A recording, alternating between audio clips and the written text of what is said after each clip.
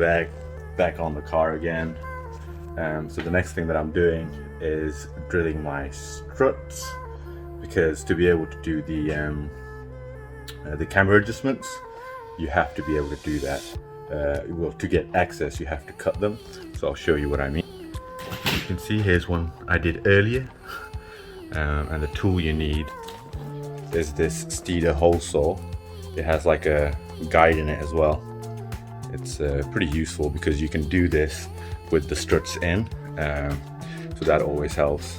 And I used a bit of WD-40 for lubrication, but this time around I'm not going to, because the WD-40 made a bit of a mess as well with splatter of the iron filings. But it's just that I might have to do it because it does heat up pretty much. So I'm going to put it on recording and you guys can watch to see how it's done.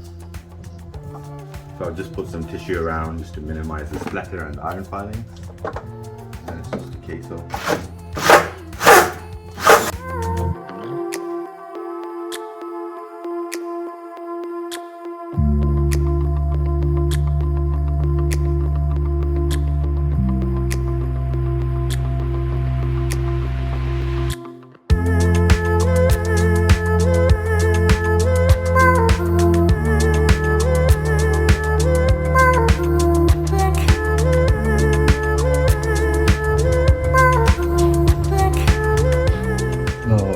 that.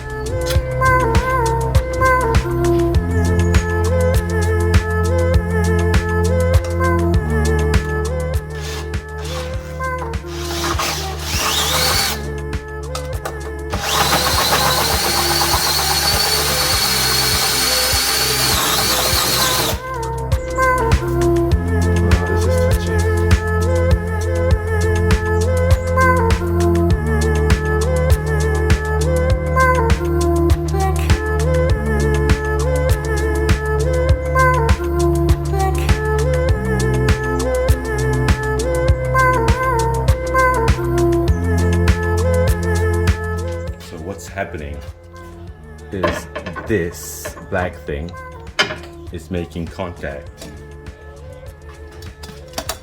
with the brass shock in the middle because it's not quite centered. That's how it came from Tein, so it can't go any further, so I'm just gonna have to use a hammer and chisel.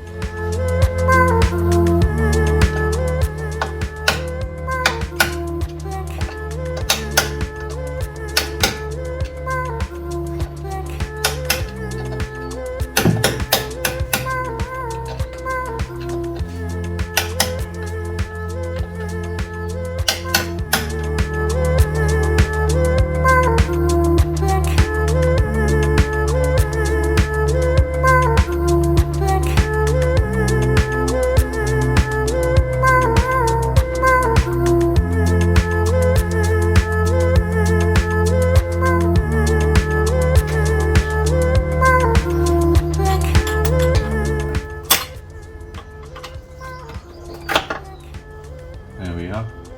So it was pretty much through. I just have to get in there and give it a few gentle nudges with the hammer and chisel. Now the best thing is I should have done this on the other side as well. Pretty much all the iron filings are located to this area. I didn't use WD-40, so they're not going to be stuck to anything, so I'm just going to vacuum these up.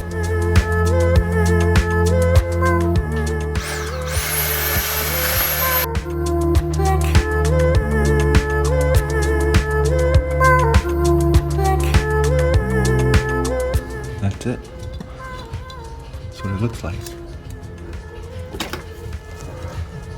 Right, so we've cut both holes, but obviously I'm not going to leave these like this, so I'm going to get the Dremel out, smooth these down. Then I've got some paint. It's like you mix like a hardener with it, which I bought like 250 milliliters from my local body shop. So I'm just going to use that, and I'm going to touch these up so they don't start rusting, and then I'll clean all of this out. So here's another time lapse.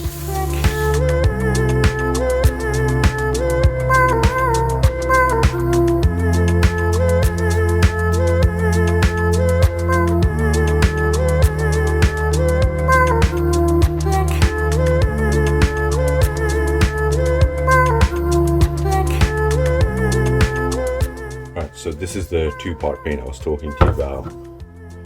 So I just went to my local paint shop, and I got this a while back. So there's enough in there, and then I've got the hardener. So what I do then is basically I have these tips. This. So I'm just gonna mix some up in there, but I'm gonna shake this up with Coilovers first. Alright, so that's all mixed. As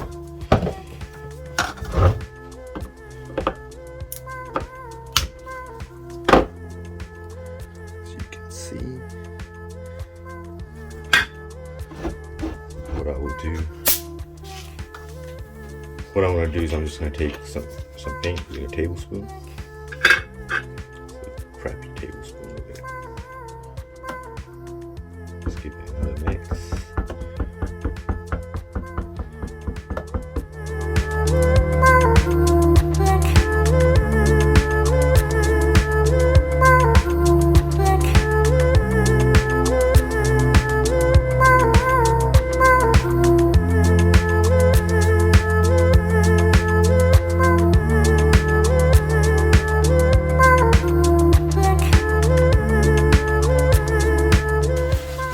That's our paint good to go. We'll take these with us, and it's just a matter of applying it now, really. So now it's just a case of application, really.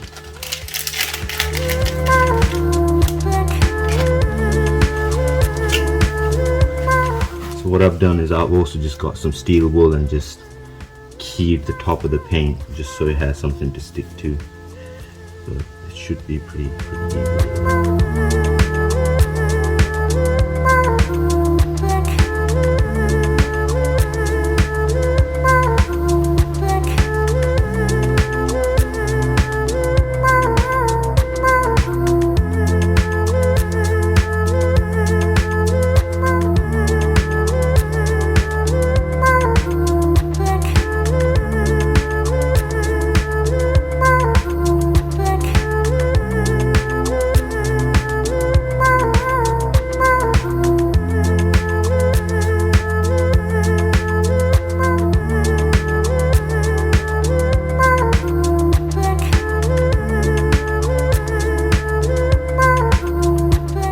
So that's it. I think I'll probably have to go around again on the edges, because paint, if you know anything about paint, is that it doesn't like to stick to edges.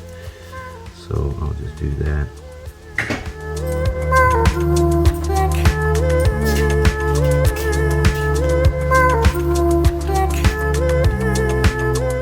And that's it, really. We wait, we'll let it dry, come back and hit it up for a second coat. Hopefully the paint that I've mixed should still be good enough for it. I'm just gonna go hit the other side, and I'll show you guys the finished product. Right, so that's it, that's done.